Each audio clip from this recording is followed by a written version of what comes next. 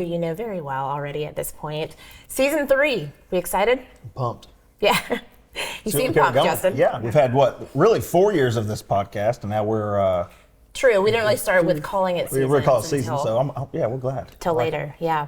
Well, kind of a crazy story. As most of our audience knows at this point, we're heavily involved in the motorcycle community. It's a passion of ours. We have lots of people who ride within the office, but there's a motorcyclist who drove off a cliff in Utah. And I just want to say, before I even say any more, well, let me finish. I'll say this first. His Apple Watch alerted first responders to help save him. So we'll get into that in a second. But falling off a cliff, I always think about this when I'm driving my car through the mountains or when I go and visit somewhere and there's those cliffs. That's like my worst nightmare.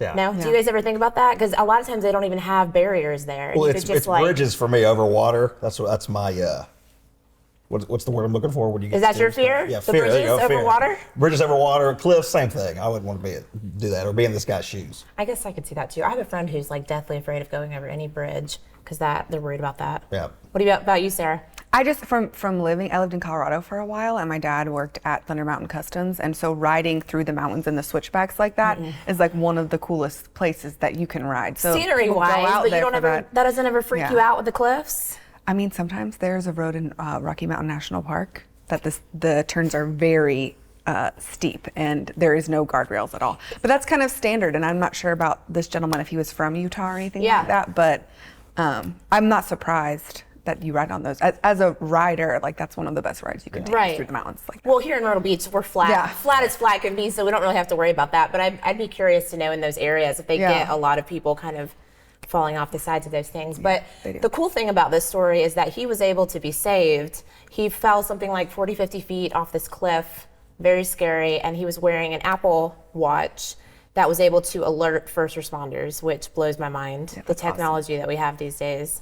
I don't know, Justin, have we ever had a case like that? Well, we haven't, but I think we're going to start seeing more and more of those, not only in motorcycle wrecks, but in any other kind of car crash or anything that we get. And I think it's awesome. The new iOS update provides that new technology. It's in our new phones, it's in our watches, and I think it's going to start, proliferating everywhere. And it's going to give us some data to help us work cases up, but it's also going to help save lives, just like it did in this guy's case. Because if he was out there and he didn't have that iOS SOS, I should say, he would be toast because nobody would know where he was at.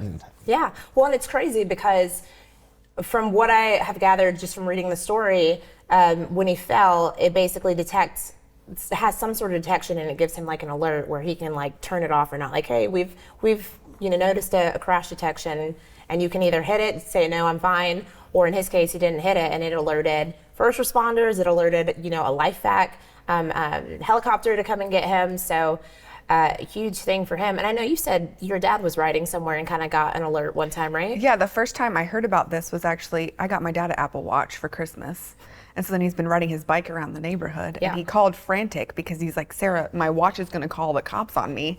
And he didn't know how to turn it off because you get that the notification, I guess, that counts down that they're going to alert the authorities. It says, have you been in a crash? And if you don't respond no, it just automatically does it. And so I had to teach him how to respond no. But he was just riding his bike through the neighborhood and I guess came to an abrupt stop at a stop sign or something like that. Yeah. But he had stopped moving. Well, it triggered. You and I were kind of talking about how do they detect if you've been in a crash or not. And from what I can gather, it's kind of, that abrupt stop or like impacts, which I don't know how they would deter or figure out your impacts. But I don't know. It's pretty cool. I'm interested to find out more about it. And like you said, Justin, if it's going to be more and more of a thing that we see and how it can help future cases. Yeah, we're definitely going to see it. And then the issue we're going to run into is we're going to figure out how do we get that data, right? And then we also want to get that data from at-fault drivers, right? Because who knows what it shows when we get the actual raw data behind it. That's true. There's going to be another era of experts to help us see what this data means and interpret the data. So that's going to be a change. And things like this is always changing with the technology. And then, of course, it's going to feed over into the law. We got to figure out how to help our clients, best use this data to their advantage. Right. So. Well, and I know that, again, we said that we're pretty flat in our area, so we don't really have to deal with any cliffs or anything, but how could this translate over to a motorcycle accident in our area?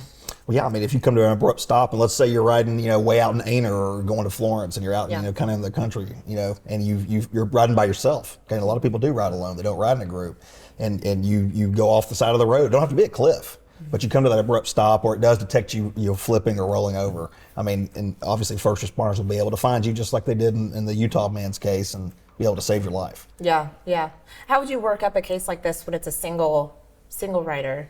I mean, could they still be at fault, or is it like you don't have a case if you're a single rider? Well, we always tell everybody and family members, if you're in a single motorcycle accident, don't give up hope, because a lot of people always say, "Hey, I lost control, I was at fault." They never bring a claim, and we want to investigate those claims because there could be a road hazard that caused your injury. Okay, and so that would be a case against the Department of Transportation, and it's worth looking those up and investigating that and saying, "Hey, is there something there? Is there a cause of action where we can get some kind of recovery for the biker?"